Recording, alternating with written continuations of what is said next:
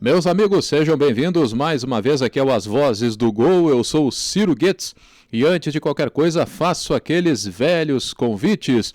Deixem um like, inscrevam-se no canal, ativem as notificações e compartilhem os nossos conteúdos. Neste vídeo, na verdade, será o vídeo mais técnico, com certeza, da história do canal. Porque, levando em consideração aquele vídeo anterior que eu publiquei com a minha opinião sobre os 10 maiores narradores da história do rádio de Porto Alegre, agora eu vou propor para vocês a leitura de um trabalho que está relacionado à minha dissertação de 2015, que eu defendi em 2015, sobre a narração esportiva da capital gaúcha, quando eu era estudante, quando eu era pós-graduando, fazia o meu mestrado lá na Pontifícia Universidade Católica do Rio Grande do Sul, e que depois acabou sendo, de uma forma resumida, não é tão bom assim esse termo resumido, mas adaptado, melhor dizendo, né? Adaptado para um artigo que eu publiquei mais adiante, com a minha orientadora já de doutorado, né? Já de doutorado, a professora Cristiane Finger, mas levando em consideração essa questão da narração. Então eu vou fazer uma leitura crítica com vocês desse conteúdo, justamente abordando algo que eu já havia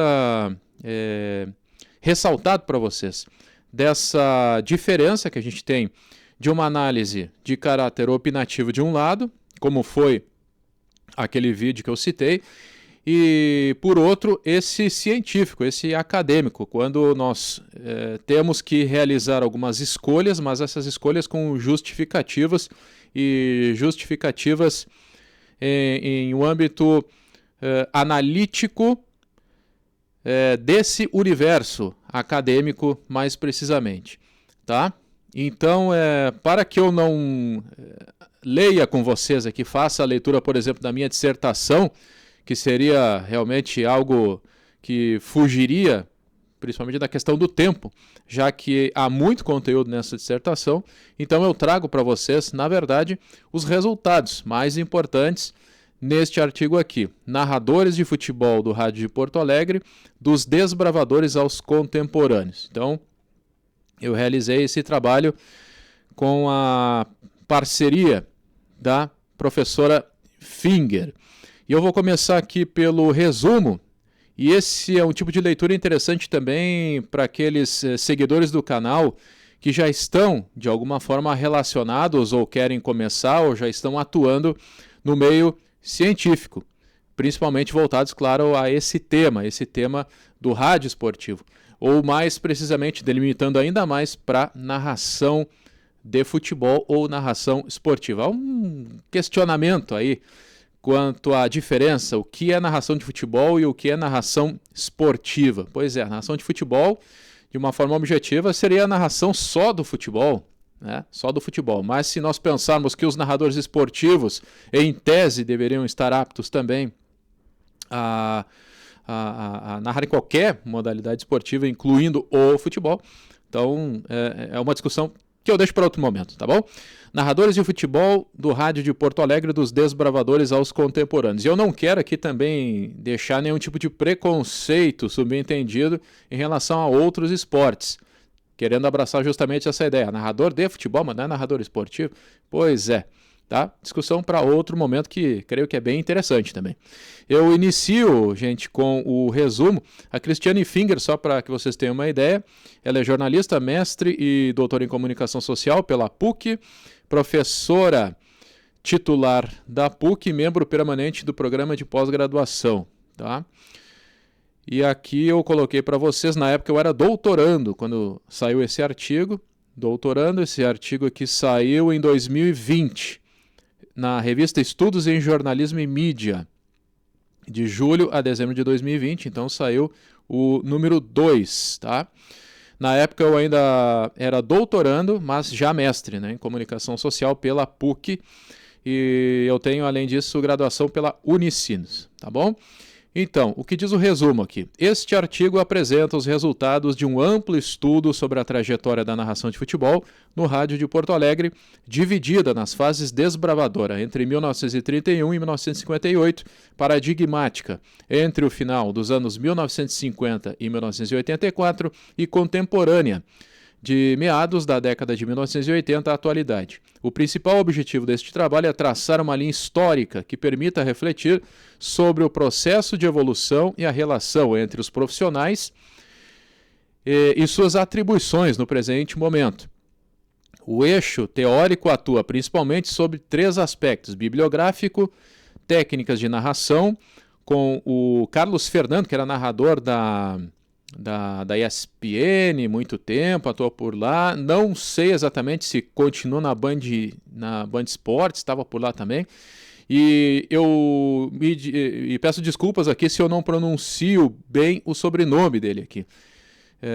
Que para mim é Schinner, mas alguns dizem Skinner, ok? Eu sempre acabei comentando essa palavra como Schinner, tá? Outra vez, peço perdão se estiver equivocado. Retórica com Castillo. Constatou-se que a locução esportiva radiofônica na capital do Rio Grande do Sul, de uma forma geral, não apresenta diferenciais tão perceptíveis em técnica e estilo quanto na transição entre os 2 primeiros períodos, ok? Então, estou falando aqui de 3 períodos: desbravadores, paradigmáticos e contemporâneos. Há, portanto, aí uma análise comparativa sobre questão técnica, sobre questão estilística, certo? Muito bem. Este artigo apresenta os resultados de um amplo estudo sobre a trajetória da narração de futebol no rádio de Porto Alegre, dividida nas fases desbravadora, que compreende os anos de 1931 e 1958, paradigmática, que agrupa os profissionais que se tornaram referências em técnicas e estilos, de 1958 a 1984, e contemporânea, da década de 1980 à atualidade.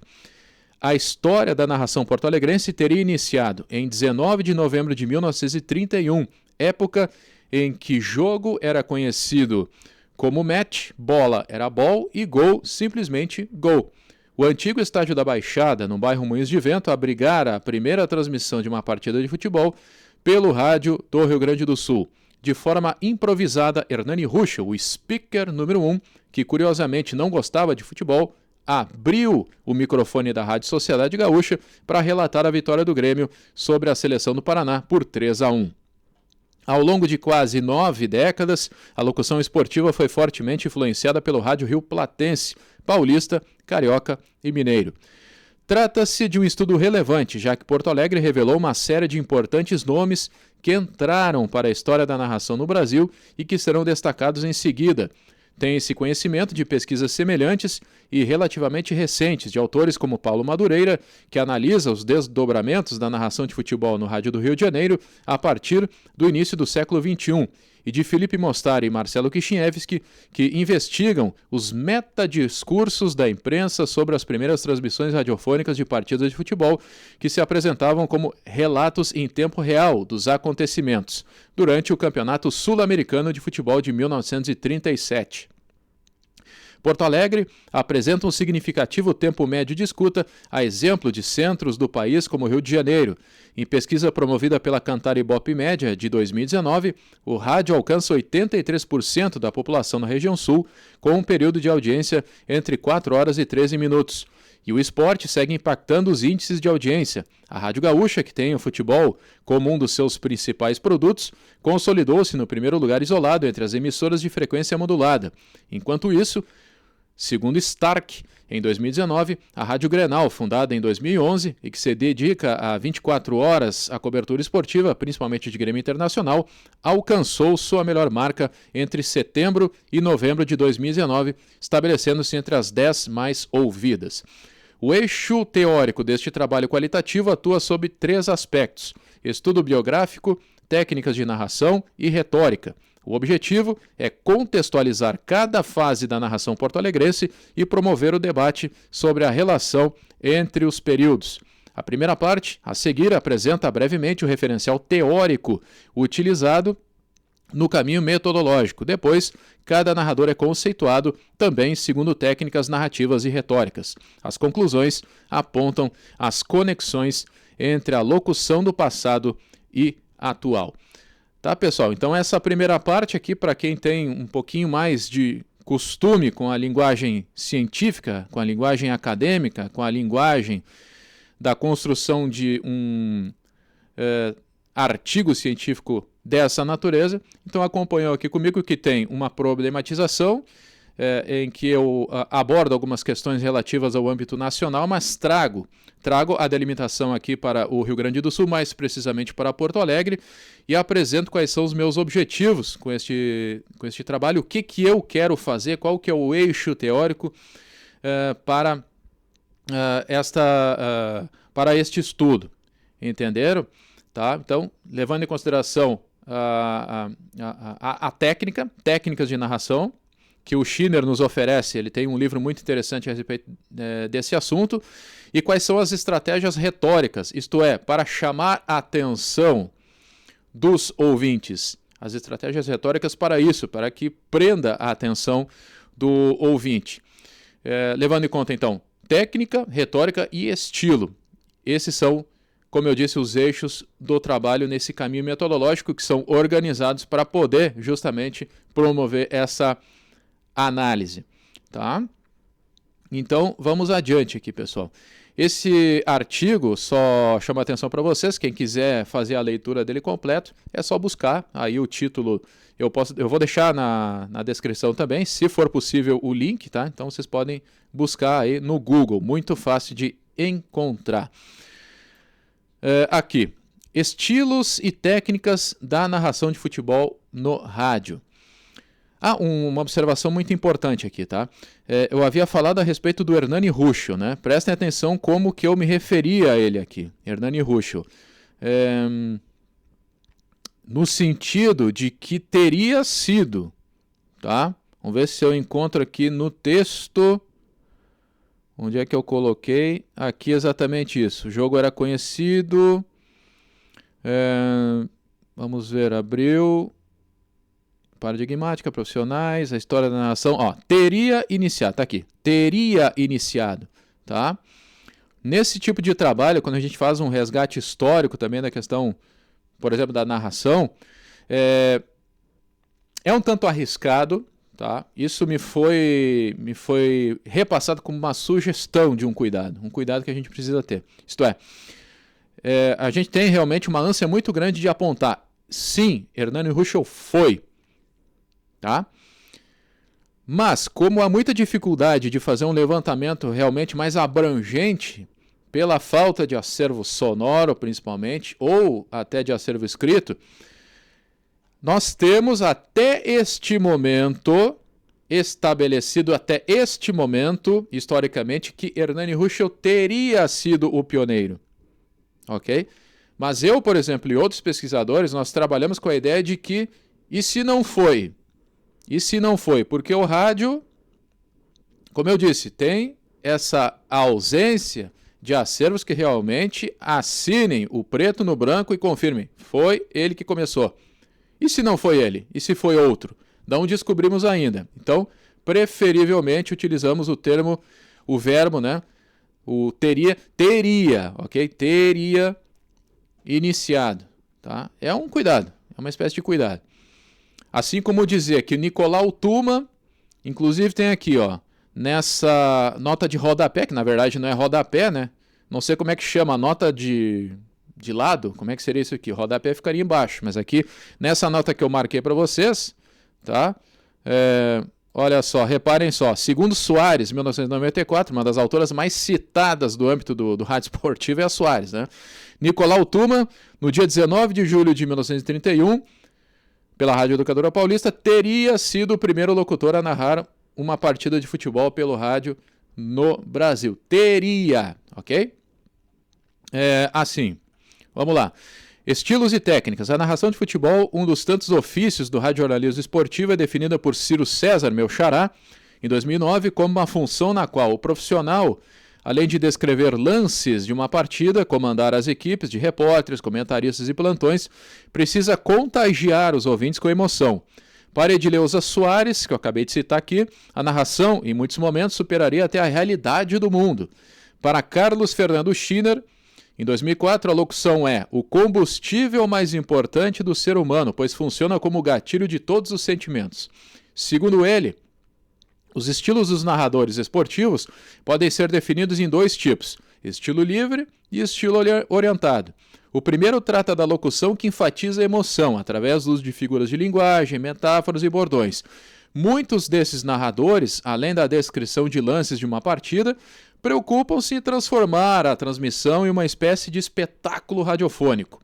O estilo orientado concentra-se também na emoção, mas de forma mais ponderada. Explica Schiner que o estilo geralmente segue os padrões estipulados pela emissora, onde os locutores seguem a mesma cartilha. É a narração particularmente descritiva, conhecida por muitos como uma locução discreta.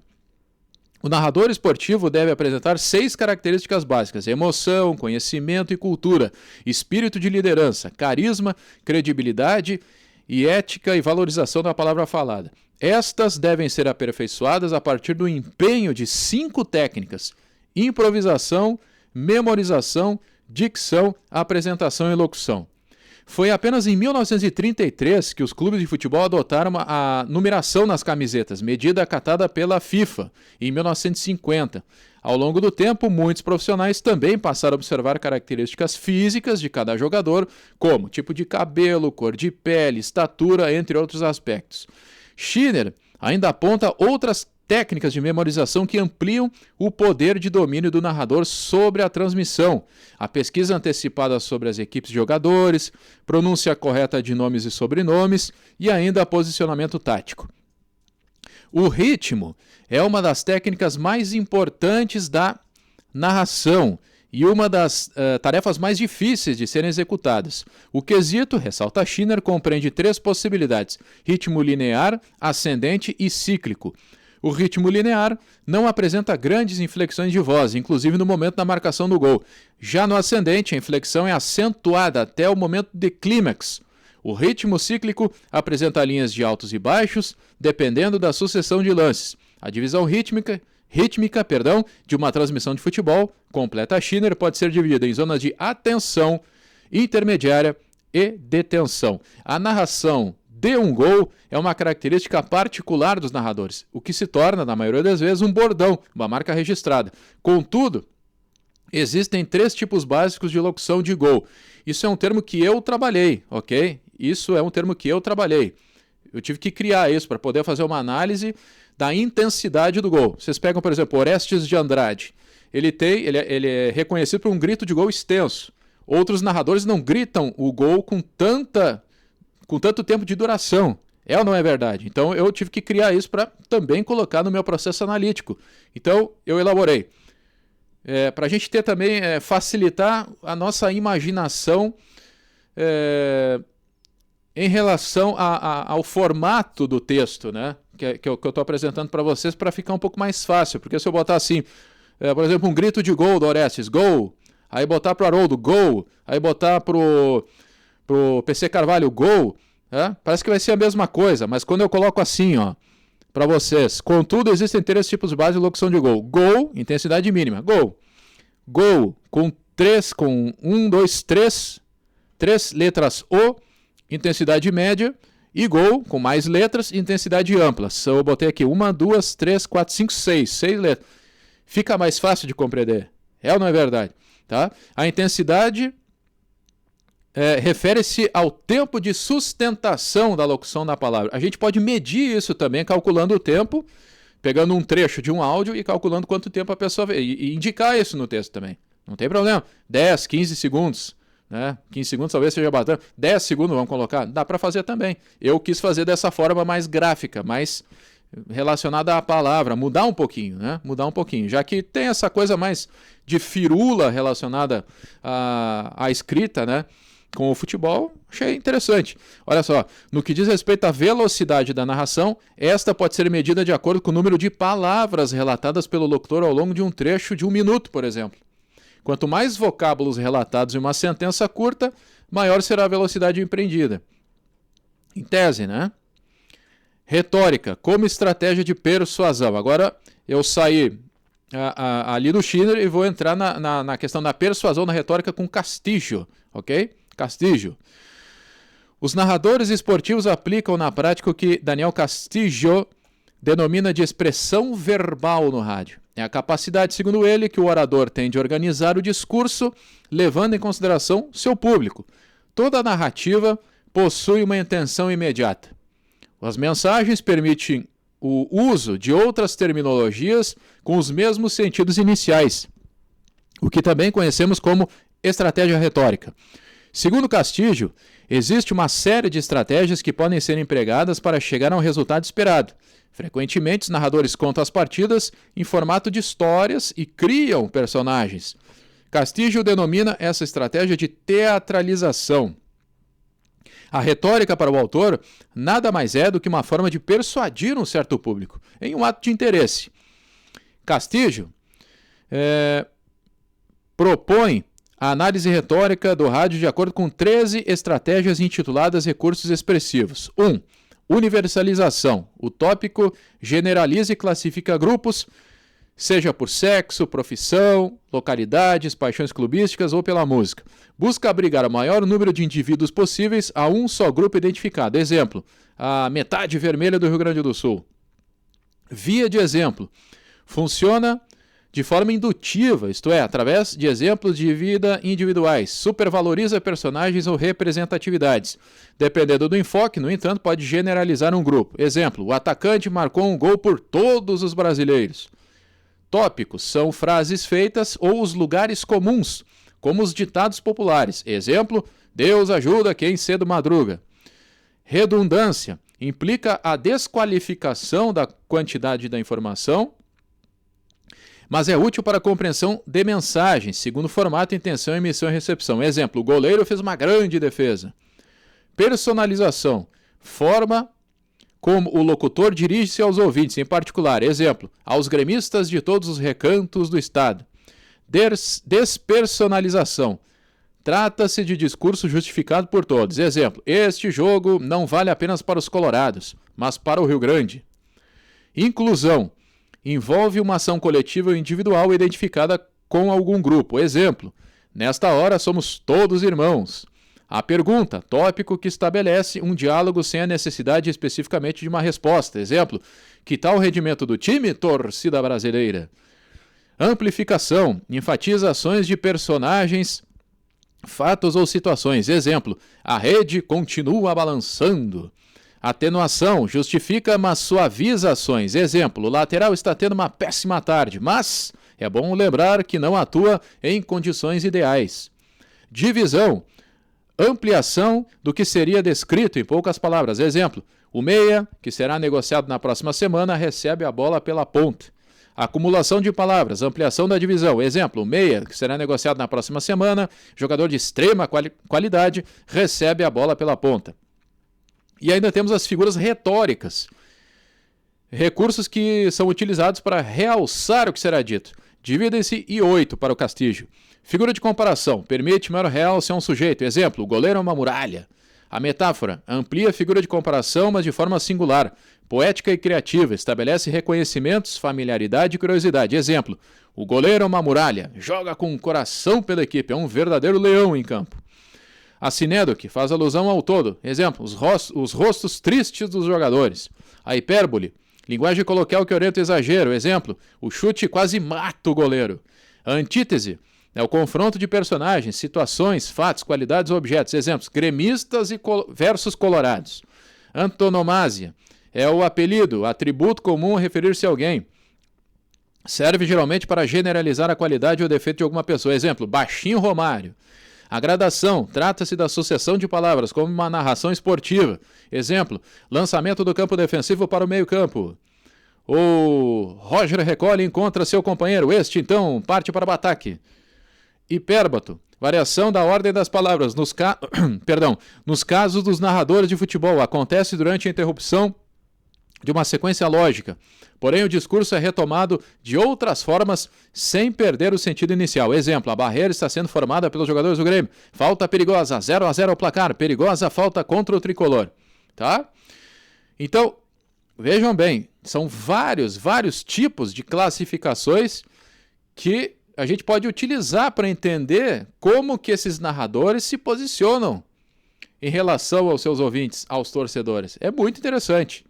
E seguindo aqui o artigo, nos próximos tópicos serão apresentados os resultados da pesquisa de acordo com a revisão bibliográfica proposta e a aplicação dos conceitos de técnicas e estilos de narração segundo o Schiner.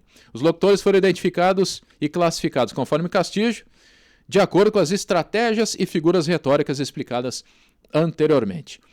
E agora a gente entra finalmente aqui na parte de Porto Alegre, ok? A narração de futebol no rádio de Porto Alegre, os desbravadores. Como descrito inicialmente, a primeira narração de futebol em solo porto-alegrense ressaltam Luiz Arthur Ferrareto em 2002 e Adriana Ruschel Duval em 2012. Adriana Ruschel Duval, que é neta do Hernani Ruschel. Segundo eles, aconteceu em 1931, com Hernani Ruschel. Uruguaios e argentinos foram uma das primeiras influências. Ciro Goetz, este que vos fala, e Maria Laura Vieira apontam que, nos primórdios, o estilo da narração porto-alegrense foi forjado em parte pelo rádio montevideano em decorrência da relação territorial, histórica e cultural entre Uruguai e Rio Grande do Sul. Não há indícios que apontem seguramente o estilo empregado por Ruschel na pioneira irradiação, em razão da inexistência de arquivos sonoros. Porém, a evolução tecnológica permitiu que, pouco tempo mais tarde, fosse possível perceber similaridades entre os relatos uruguai e porto-alegrense. Contudo, o período desbravador destaca-se muito mais pelas façanhas do que pelas técnicas ou estilos, assim como a própria estrutura de transmissões. Em 1944, Farid Germano, com o microfone da Rádio Gaúcha, contou a derrota da seleção do Rio Grande do Sul para a Paranaense por 3-1 em Curitiba, na primeira aventura interestadual de um narrador esportivo do estado. No dia 14 de maio de 1949, conforme Ferrareto, em 2002, Cândido Norberto fez história ao transmitir a primeira partida internacional com o microfone rio-grandense no Estádio Centenário, em Montevidéu. Até boa parte dos anos 1940, as transmissões esportivas apresentavam predominantemente a figura central do narrador. Mas, assim como a locução, outras funções também foram se desenvolvendo e agregando mais conteúdo às irradiações, como a reportagem. Surgiu, por exemplo, a figura do plantão esportivo, com destaque para Rui Vergara, ex-chefe da equipe esportiva da Rádio Farroupilha, segundo a Dal Piaz, em 2002. Hernani Ruschel, Cândido Norberto, Farid Germano, Guilherme Siebenberg e Rafael Merolilo e há outros aí também, foram importantes nomes da narração gaúcha, pois deram início à trajetória histórica. As principais características desse período foram a utilização do recurso expressivo de personalização e da figura retórica da metáfora, narração descritiva sem muita presença da emoção, estilo orientado e tempo de emissão de gol mais curto. É na próxima fase, porém, que acontece um grande processo de evolução técnica e estilística que marcaria para sempre o rádio de Porto Alegre. Vamos então ao próximo tópico. A narração de futebol no rádio Porto Alegre, período dos paradigmáticos. Em 1958, a recém-inaugurada Rádio Guaíba, conta Ferrareto, em 2007, foi a primeira emissora a enviar uma equipe formada totalmente por profissionais gaúchos para a cobertura de uma Copa do Mundo. Jorge Alberto Mendes Ribeiro cobriu as Copas de 1958 na Suécia, de 1962 no Chile, pela emissora da Companhia Jornalística Caldas Júnior. A Guaíba teve um papel muito importante na formação de narradores. Mendes Ribeiro caracterizou-se pela grande capacidade de imprimir emoção, como se percebia nas narrações de seus gols. A intensidade ou o tempo de emissão dos gols não passavam de 5 segundos no seu estilo de narrar, porém, a emoção sempre esteve presente, critério que, conforme Schiner, é fundamental nas transmissões. Além disso, Mendes Ribeiro preencheu outros requisitos propostos por Schiner, tais como cultura e conhecimento, liderança, credibilidade e valorização da palavra. Em uma narração absolutamente técnica, em uma extensão de voz média, porém, conforme Ciro César, em 2009, com uma característica de voice over, isto é, uma voz impostada, mesmo acima de uma região grave. Mendes Ribeiro foi um narrador de estilo livre, enfatizava a emoção, possuía um caráter erudito na sua forma de se comunicar, com o uso da palavra, dicção muito bem trabalhada e uma preocupação com a localização exata da bola. Como estratégia retórica, utilizava principalmente o recurso expressivo da personalização. O seguinte narrador destacado é Milton Ferretti Jung, também do estilo livre, imprimia uma narração com altos níveis de emoção. Jung atuou 56 anos na Guaíba, de onde foi dispensado em 2014. Faleceu no dia 28 de julho de 2019, aos 83 anos. Seu timbre de voz pertencia a uma extensão vocal de média para grave, conforme César, coloquial, com ritmo de narração acelerada. Não havia brilho e uso de efeitos durante a transmissão. Jung também se enquadrava numa narração orientada, obedecendo algumas regras, ancorando, comandando a jornada e comentando quando necessário, principalmente em relação ao panorama do estádio, presença da torcida e movimentação no gramado, utilizando a estratégia retórica da personalização. Milton Jung ficou amplamente conhecido pelo seu principal bordão, gol, gol, gol, bola no fundo do poço, que compreende, segundo Castilho, o recurso retórico da metáfora. Além de narrador, foi consagrado,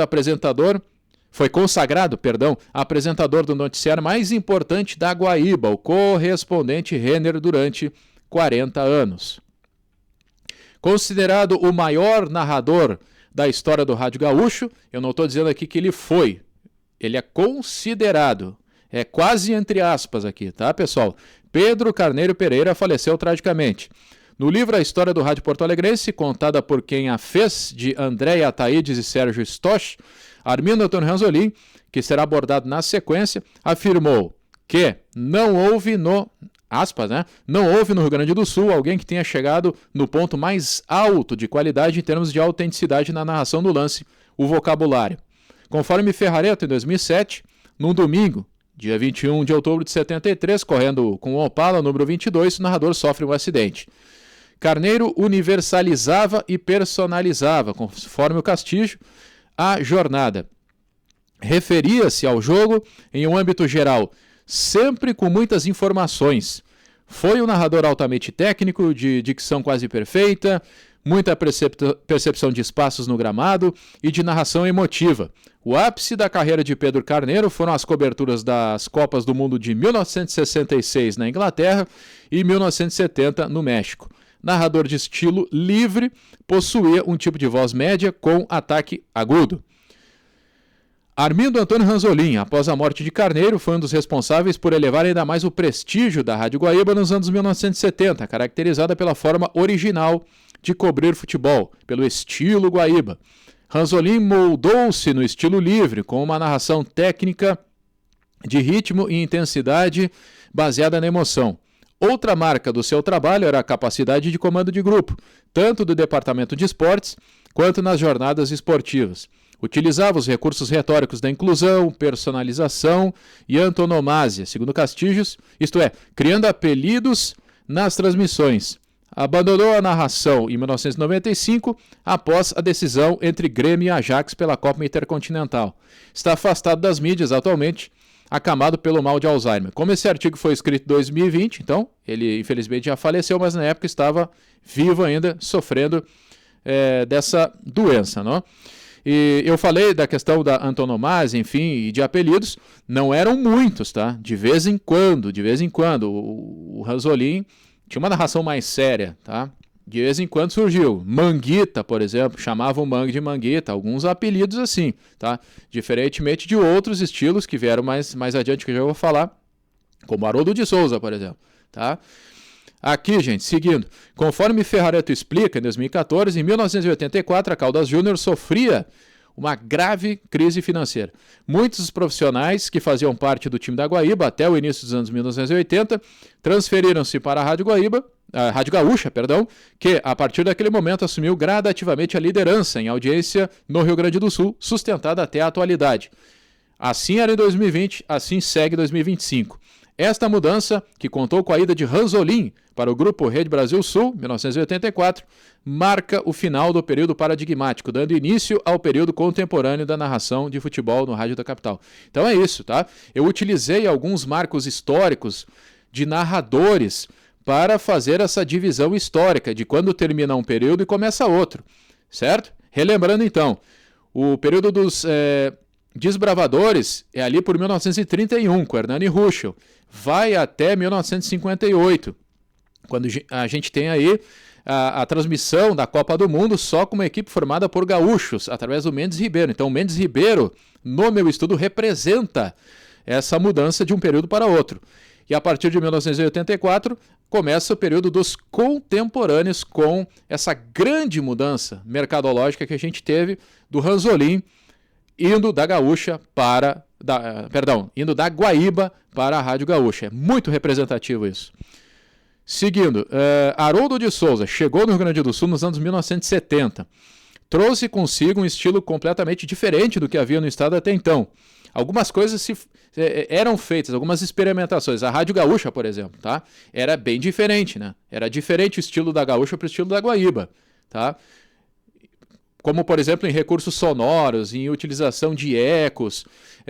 Depois mesmo o próprio Haroldo, com o Luiz Carlos Prates, eles narravam, faziam uma transmissão dividida. A gente teve essa divisão de narração de jogos importantes, como o final de Campeonato Gaúcho. Isso existia, era diferente a Gaúcha. Muitas pessoas, inclusive, gostavam mais do estilo da Gaúcha de fazer a transmissão, tá? Que tinha aí sim algumas influências mais do rádio lá de São Paulo, do Rio de Janeiro, do que da Guaíba. Acontece que a audiência da Guaíba era gigantesca na década de 70. Tá? E aí chegou o Haroldo de Souza com seu diferencial. Olha só, trouxe consigo um estilo completamente diferente do que havia no estado até então, baseado nos formatos de narração paulista, carioca e mineira. Isso com o Haroldo, tá bom? Popularizou-se ao longo dos anos com uma série de bordões, principalmente o adivinho, que simboliza o momento de expectativa para o relato de um gol do clímax. Souza permaneceu na Rádio Gaúcha de 74 a 1991, quando se transferiu para a Rádio Guaíba, e implantou uma narrativa com uma linguagem mais popular, destinada às camadas mais humildes, digamos assim, da sociedade, o que pode ser descrito por Castillo como uma estratégia retórica de despersonalização. Porém, o narrador também aplica diversos recursos como a personalização e tópicos, isto é, o uso de frases do senso comum, como bola pro mato, que é jogo de campeonato. Isso aí veio de lá. Pela Rádio Grenal, onde ainda está, né, já em 2020 já está, 2025 segue. Continua utilizando antonomásia, criando alcunhas. Alcunhas são apelidos. Por exemplo, Tarcísio, falecido em 2018, atleta do Grêmio, entre as décadas de 1970 e 80, por exemplo, foi batizado pelo narrador de Flecha Negra. E agora, recentemente, o Grêmio oficializou o Flecha Negra como um dos mascotes, né? A gente tem o Mosqueteiro e a gente tem o Flecha Negra. O apelido Flecha Negra foi dado pelo Haroldo, tá? Ainda podem ser mencionados nomes que foram importantes no espectro paradigmático. É um artigo aqui, tá? É um artigo, então eu não adentrei. Isso eu tenho no meu trabalho, no livro um pouco mais aprofundado.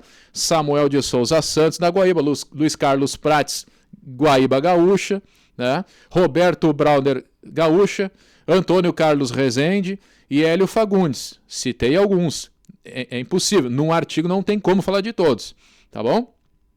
Por fim, as principais características do período paradigmático foram liderança, conhecimento, velocidade de articulação, clareza, impostação, ritmo e retórica como ferramenta de persuasão.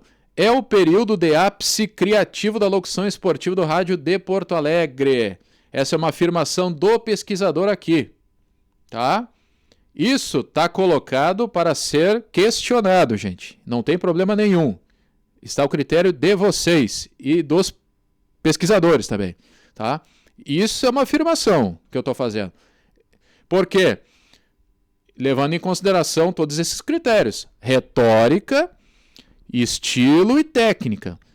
Ok? A técnica, aí vocês concordem ou não comigo, mas a minha conclusão é essa. Que todos esses quesitos, esses recursos, eles foram aprimorados nesse período paradigmático. Tá? Isso eu afirmo. Isso eu não tenho medo de afirmar. Tá bom? Constataram-se, principalmente, a presença de figuras retóricas de personalização, público definido, despersonalização, público geral, tópicos, frases feitas, metáfora, bordões e frases, antonomásia, apelidos, conforme a classificação do Castillo. certo? A narração de futebol no Rádio Porto Alegre, os contemporâneos. Vamos lá. A partir de 84, então, tá? 84 a gente já começa com o período dos contemporâneos. É muito interessante porque a gente tem aí, no período dos contemporâneos, levando em conta o desenvolvimento tecnológico, econômico, político, enfim, em que o rádio está inserido, a gente vai chegando ali nos anos 90 com a digitalização, com a internet, as coisas vão mudando, a segmentação aumenta. Nos anos 70 a gente teve a entrada da frequência modulada. Lá para frente a gente vai ter a inserção do futebol também em consideração na frequência modulada. Essas coisas vão mudando e vão fazendo diferença, né? O som que a gente ouve na transmissão nesse período paradigmático é bem diferente de hoje em dia, tá? Vamos lá, Marco Antônio Pereira foi narrador da Rádio Gaúcha nos anos 1980 e da Bandeirantes nos anos 1990. Depois transferiu-se para a Rádio Gaúcha, onde permaneceu até 2015. Retornou à Rádio Guaíba, passou brevemente pela Grenal e recentemente foi recontratado pela Bandeirantes. Pereira, conforme a classificação de Schiner, de estilo livre, tem como principais características a descrição, criatividade e emoção. O ataque vocal apresenta inflexões. Além disso, Marco Antônio costuma utilizar uma estratégia retórica que fez sucesso entre os ouvintes, o humor. Essa qualidade, segundo o Castilho, está ligada à figura da antonomasia.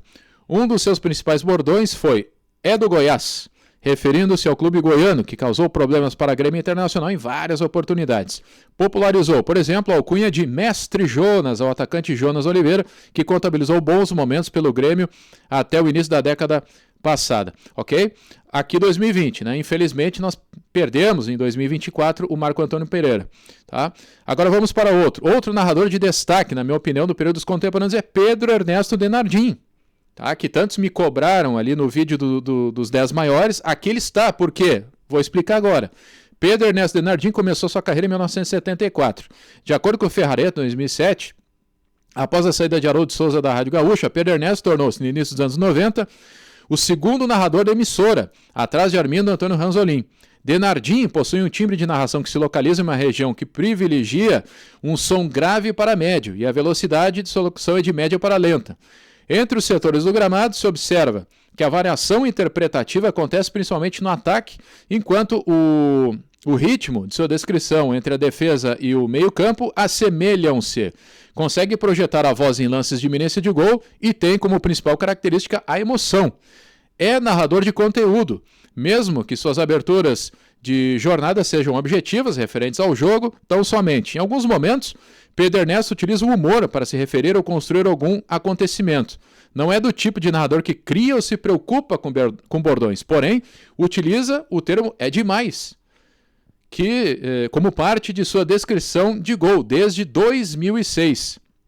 Nesse mesmo ano, provocou polêmica ao utilizar a hipérbole, segundo Castilho, a figura do exagero ao declarar que o Internacional havia pisado e rasgado a camiseta do São Paulo durante o segundo gol marcado por Rafael Sobis na primeira partida da final da Libertadores de 2006 com vitória colorada 2-0. Orestes de Andrade, o Galo Missioneiro, tem um dos gritos de gol mais longos do rádio esportivo do Rio Grande do Sul.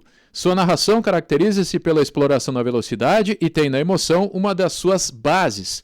Estreou na Rádio Guaíba em 1995, onde permanece atualmente. Em 2020 estava, em 2025 completou 30 anos, né? É um narrador que não comenta fatos do jogo, pois é descritivo e separa, conforme ele, cada função no seu lugar. Não chega a ser de estilo ancorado, é simplesmente discreto quanto aos assuntos que não importam o desempenho do seu relato. Seu papel é especialmente narrar o espetáculo da jornada.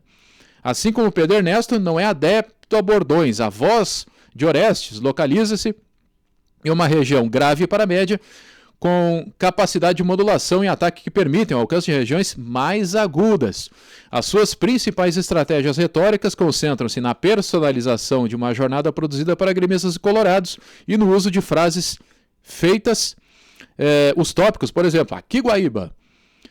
Seguimos. José Aldo Pinheiro, também me cobraram no vídeo do Desmaio. Aqui tá, vejam bem como está presente, né? Cientificamente, ó. José Aldo Pinheiro destacou-se como narrador pela Rádio Guaíba nos anos 1980 e consolidou-se na Rádio Gaúcha, na década de 1990.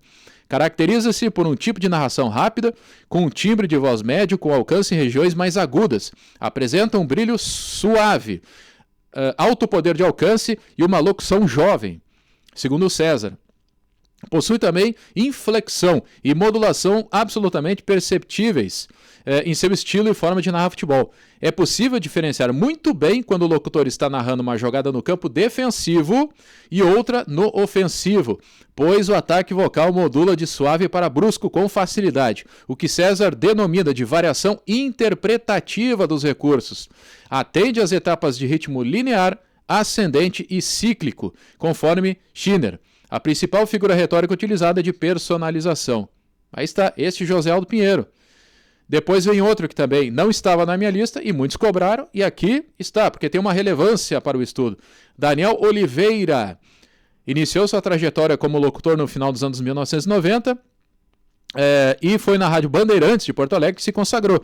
É o narrador que possui uma locução conforme a classificação de Schiller no estilo jovem, modulada em registros médio-agudos, aceleração e projeção forte. Percebe-se, no que condiz a capacidade de variação interpretativa dos recursos, que o narrador modula e posiciona a sua voz com mais naturalidade quando a bola está no campo defensivo e intermediário, e projeta bruscamente na hora em que acontece uma jogada de ataque que resulta e pode terminar em gol. Aplica um tempo de emissão de gol longo e vibrante. Sua narração é improvisada, com aspectos humorísticos, criativos, velozes e emotivos. Além da personalização, uma das estratégias retóricas mais frequentes é da hipérbole, ou exagero, segundo o Castilho.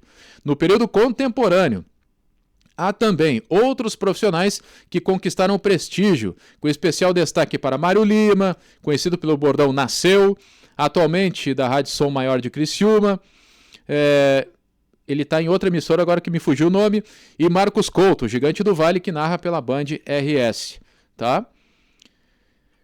Rádio Gaúcha e a era dos jornalistas que narram.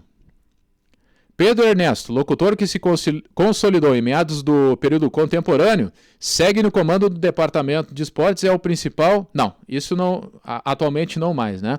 É o primeiro narrador da Rádio Gaúcha, tá? Gustavo Manhago e Marcelo Debona foram apresentados oficialmente no 10 de dezembro de 2016, durante programa de debate Sala de Redação. Conforme Pedro Ernesto, há mais de 6 meses nós buscamos uma ideia de avançar o que significaria contratar jornalistas que sabem narrar. Isso é muito interessante. Buscamos uma ideia de avançar o que significa contratar jornalistas que sabem narrar, tá? Então, isso já é uma grande modificação estratégica no que a gente fala hoje em dia da função da narração. São cada vez menos frequentes os profissionais, tá? A não ser de outras etapas ou de outros períodos, mas é cada vez mais difícil nós termos a presença apenas de narradores que só executam a narração. Todos, de alguma forma, têm alguma função, ou são apresentadores, ou são até mesmo setoristas. Essa é uma característica bem marcante da atualidade. Tá? E aqui eu admito que eu provavelmente devo ter cometido um equívoco quando eu citei o Pedro Ernesto como comandante do departamento de esportes. Tá? Eu tenho uma incerteza se essa informação aqui está correta. Mas, infelizmente, já foi publicado. Eu admito, não tem problema nenhum. Quando a gente se equivoca, a gente tem que admitir. Tá? Isso aqui em 2020. Eles tinham sido contratados em 2016, né? O Debona e o Manhago. Tá? Ambos já eram funcionários da RBS. Manhago, com 40 anos à época, trazia na bagagem experiência como gerente de esportes e narrador esportivo da RBS TV. Debona, com 29 anos em 2016, atuou como coordenador de jornalismo nas emissoras da Gaúcha, na Zona Sul e Serra. Ao contrário de Manhago, Debona começou sua trajetória na TV e encarou um dos maiores desafios da sua carreira. Manhago caracteriza-se por um tipo de narração descritiva, posicionando principalmente a bola, mas com a preocupação de construir, na medida do possível, o ambiental da disputa. Não se trata de um locutor de bordões, possui um timbre de região média para grave, embora a divisão rítmica obedeça às zonas de atenção intermediária e de tensão. A locução acontece em ritmo mais lento, próxima da linguagem da televisão. O Debona, apesar de uma geração anterior em relação a Manhago, apresenta uma locução muito parecida com a desenvolvida pelo colega. Inclusive o timbre de voz é absolutamente semelhante. Nota-se, contudo, que a velocidade e ritmo de Marcelo Debona são ainda mais lentos. Geralmente os narradores de futebol levam alguns anos para definir o estilo, encontrar uma forma mais adequada e confortável de relatar os lances de uma jornada esportiva. Percebe-se no caso de Debona que o narrador está aperfeiçoando-se na busca de uma linearidade que o satisfaça. Na narração exige-se raciocínio rápido. A Rádio Gaúcha, ao longo dos anos, vem se caracterizando pela excelência das locuções, não apenas da narração esportiva. Para evitar tropeços, é regra que o narrador possua um alto grau de desenvolvimento das articulações. Lembre-se que eu estou falando no contexto de 2020, ok? Já estamos 5 anos depois, eu estou falando. Tá? Eu estou trazendo um artigo aqui que tem muita informação ainda válida, mas fazendo algumas atualizações necessárias para vocês. A era dos jornalistas que sabem narrar da Rádio Gaúcha, na verdade, iniciou com outro profissional que atualmente também integra o quadro. Em 2015, André Silva tornou-se uma aposta de Pedro Ernesto para a função. Silva é repórter por origem e passou por importantes meios de comunicação de Porto Alegre, como a Rádio Guaíba. André Silva defende um tipo de locução limpa, que pode apresentar bordões e brincadeiras, mas dentro de um limite. Nota-se que a Rádio Gaúcha está há algum tempo colocando em prática o que considera uma tendência. Na verdade, a ideia concorda com a política do grupo de comunicação que nos últimos anos vem integrando todas as suas mídias, como aconteceu no caso da junção entre Zero Hora e Rádio Gaúcha na internet com o portal Gaúcha ZH, que agora é GZH, né? GZH.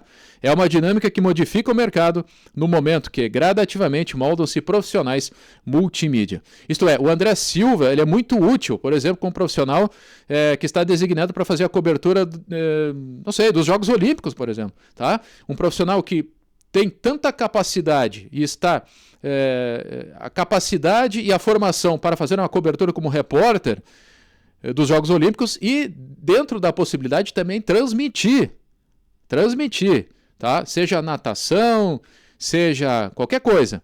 Tá? Ele vem de uma ramificação muito interessante, por exemplo, do Roberto Brauner. Tá? O Roberto Brauner era um narrador que também era um narrador de todos os esportes. O André Silva caminha mais ou menos nessa linha. A diferença é que o André Silva é repórter por natureza, Roberto Brauner já era narrador por natureza. Tá?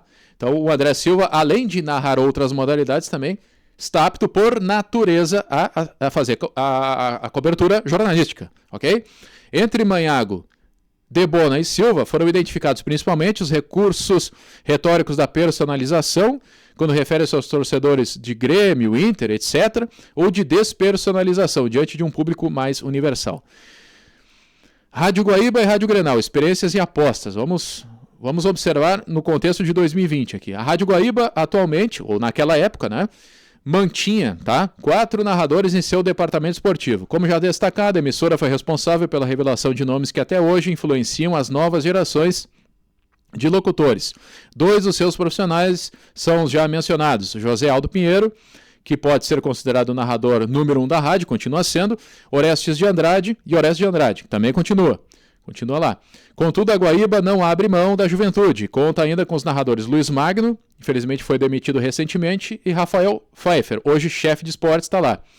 Em sua estreia, no dia 12 de agosto de 2017, Luiz Magno, o Magnata, como é conhecido, foi apresentado pelo gerente-geral Nando Gross, que não está mais lá também, que afirmou: ele chega para tomar conta de uma nova geração. Luiz Magno destacou-se pela Rádio Caxias, ele voltou para a Rádio Caxias, ele está lá hoje, onde narrou ao lado de Gilberto Júnior, que está lá.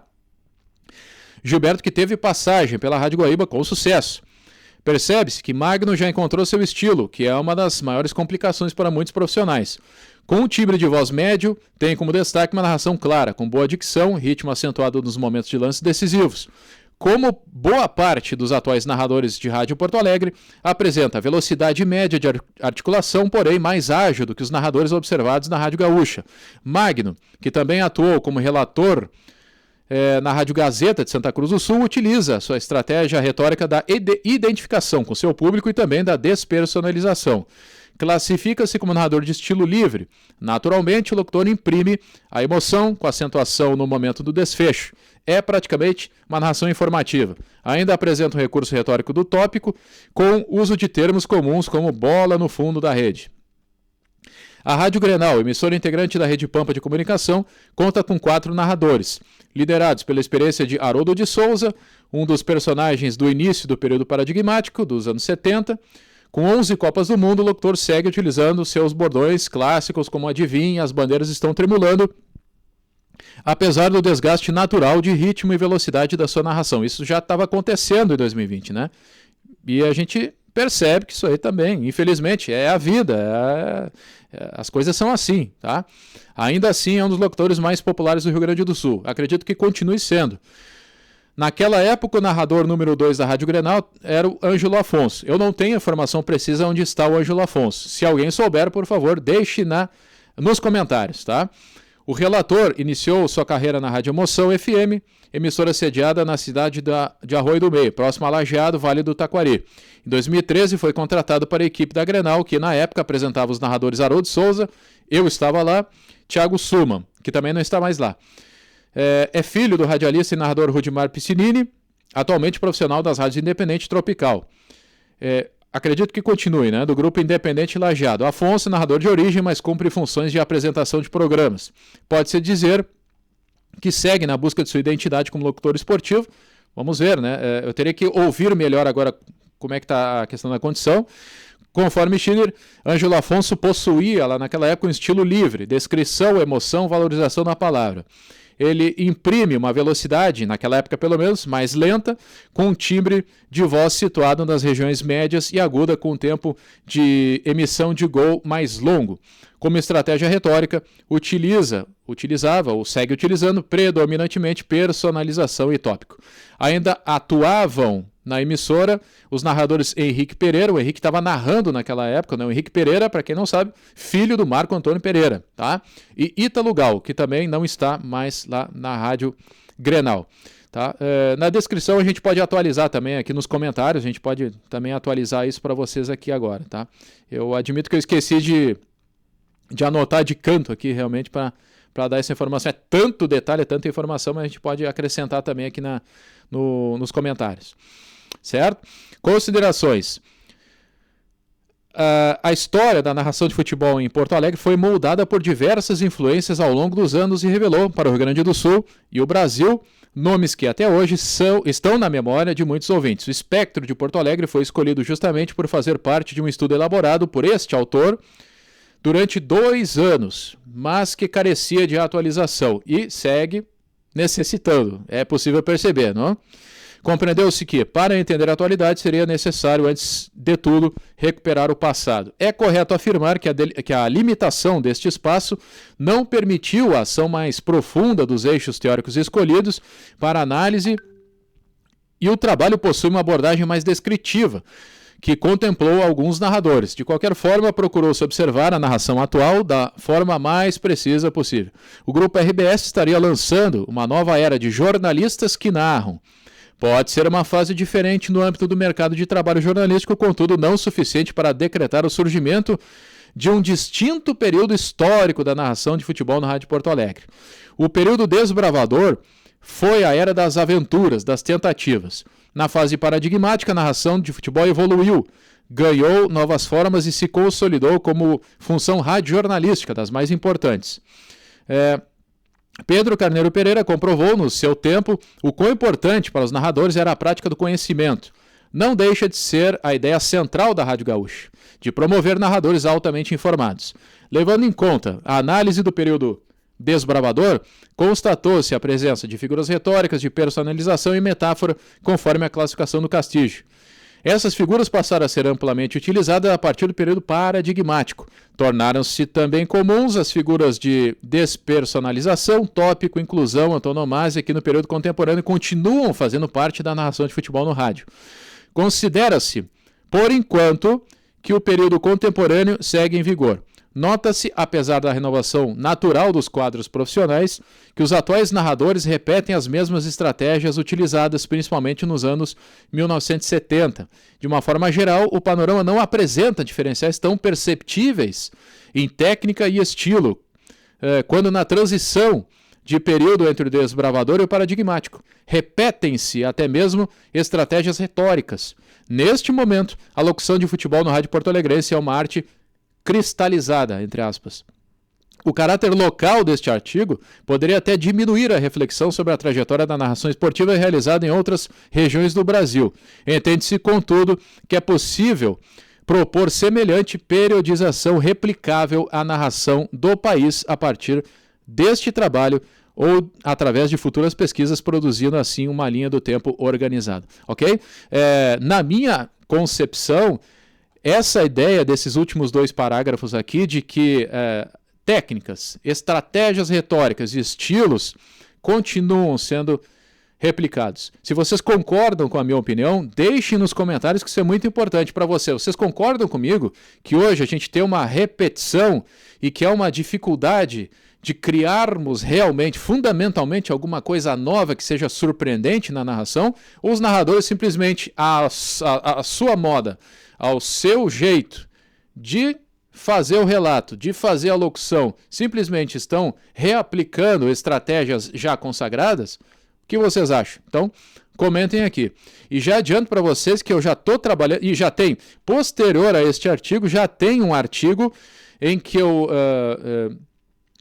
também mais ou menos contemporâneo a este artigo aqui, saiu mais adiante, em que eu tenho uma proposta, sim, já, de periodização da narração esportiva em âmbito nacional. Isso já foi publicado já há algum tempo, tem 5 anos também, é mais ou menos nesse período, como eu disse, tá?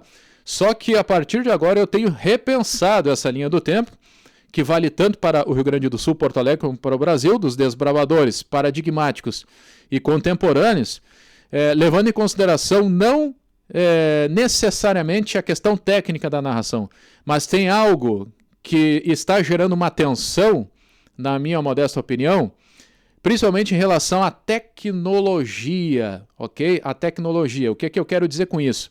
A narração de futebol radiofônica, a narração esportiva radiofônica que nós temos na atualidade, é uma narração híbrida.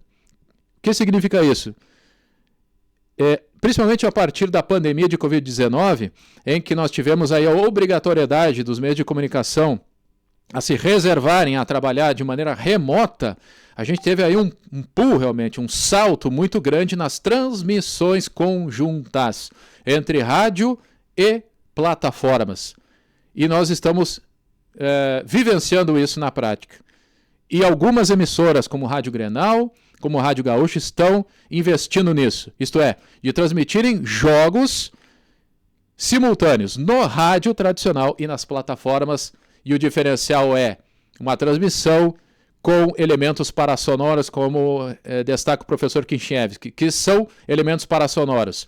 São imagens, gráficos, fotos, palavras, em que a gente está visualizando as reações dos narradores. Estamos ouvindo o Pedro Ernesto pela Gaúcha, ao mesmo tempo que estamos visualizando as suas respectivas reações. Isso é muito interessante. Isso é um impacto para a narração.